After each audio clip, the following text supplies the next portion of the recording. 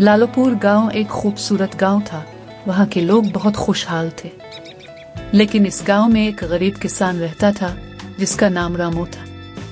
रामू हर दिन मेहनत करके अपने खेत में फसल उगाता था। एक दिन वो एक जंगल से गुजर रहा था। जंगल में गुजरते हुए इसने एक आम का बड़ा दरख्त देखा।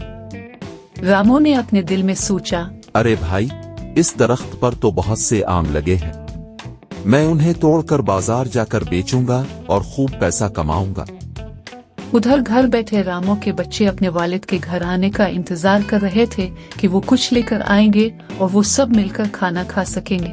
रामू के बड़े बेटे ने अपनी छोटी बहन को तसल्ली दी कि तुम फिक्र मत करो, अभी अबू खाने के लिए कुछ लेकर आते हैं और हम सब मिलकर पेट भर के खाएंगे। लेकिन जब रामू कुछ पैसे कमाने के लिए आम तोड़ने के लिए आम के दरख्त पर चढ़ने लगा तो इसने देखा कि इस दरख्त पर एक परिंदे का घोंसला है जिसमें इसके बच्चे बैठे हैं। रामू अपने दिल में कहता है, अगर मैं इस दरख्त पर चढ़ता हूँ तो इस परिंदे के बच्चे नीचे न गिर जाएं और कोई सांप उन्हें आकर न खा ले।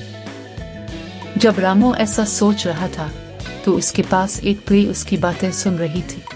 परी ने रामू की इस रहमदिली को देखते हुए इसे एक इनाम दिया। परी ने रामू से कहा, तुम एक नेक दिल और रहमदिल इंसान हो। मैं तुम्हें एक ऐसा मोती दे रही हूँ जिसे तुम बाजार में बेचकर अपनी पूरी जिंदगी आराम से खुशी खुशी गुजार सकोगे। इसके बाद रामू अपने घर खुशी खुशी अपने बच्चों के साथ रहने लगा। पूरे गांव में अब रामू भी एक खुशहाल शख्स था जो एक अच्छी जिंदगी गुजार रहा था।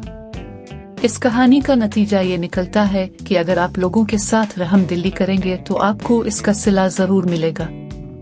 अगर आपको हमारी वीडियो पसंद आई हो तो वीडियो को लाइक कर दें और हमारे चैनल को सब्सक्राइब भी कर लें।